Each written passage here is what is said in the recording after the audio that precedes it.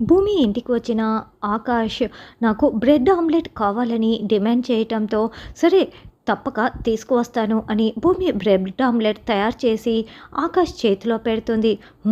చాలా బాగుంది అని ఆకాష్ లొట్టలేసుకుంటూ బ్రెడ్ ఆమ్లెట్ తింటూ ఉంటాడు.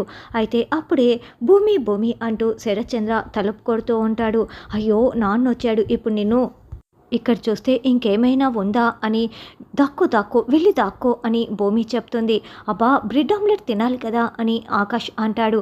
నువ్వు తర్వాత తిందువు అని ప్లేట్ లాక్కొని ఆకాష్ని కర్టన్ చాటున భూమి దాచిపెట్టి ఉంటుంది. ఏంటి నాన్న అంటూ భూమి డోర్ ఓపెన్ చేస్తుంది. శరత్చంద్ర వెనుకే ఉన్న అపూర్వ, నక్షత్ర గది లోపలికి తొంగి తొంగి చూస్తూ ఉంటారు. ఏమైంది నాన్న అని భూమి అడగటంతో నీ గది లోపలికి ఎవరైనా దొంగొచ్చారా అని శరత్చంద్ర అంటాడు. దొంగన? అసలు నా గదిలోకి దొంగెందుకు వస్తారు నాన్న అని భూమి అంటుంది. లేదు, నీ గదిలోకి ఎవరో దొంగొచ్చినట్లు మాకైతే అర్థమైంది, దొంగ లోపలే ఉన్నారు అని అపూర్వ అంటుంది. దొంగన? అది కూడా నా గదిలోకి? దొంగ నా గదిలోకి వస్తే నేను ఇంత ప్రశాంతంగా కూర్చొని బ్రెడ్ ఆమ్లెట్ ఎందుకు తింటాను అని భూమి చెప్తూ ఉంటుంది.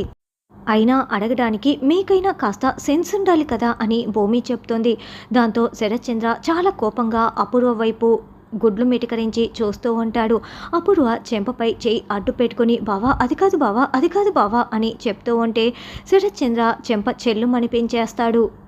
ఇంట్లో మనుషుల్ని ప్రశాంతంగా పడుకోనివ్వవా అంటూ శరత్చంద్ర వేలు చూపిస్తూ చెంప పగలగొట్టి వార్నింగ్ ఇచ్చి వెళ్తాడు.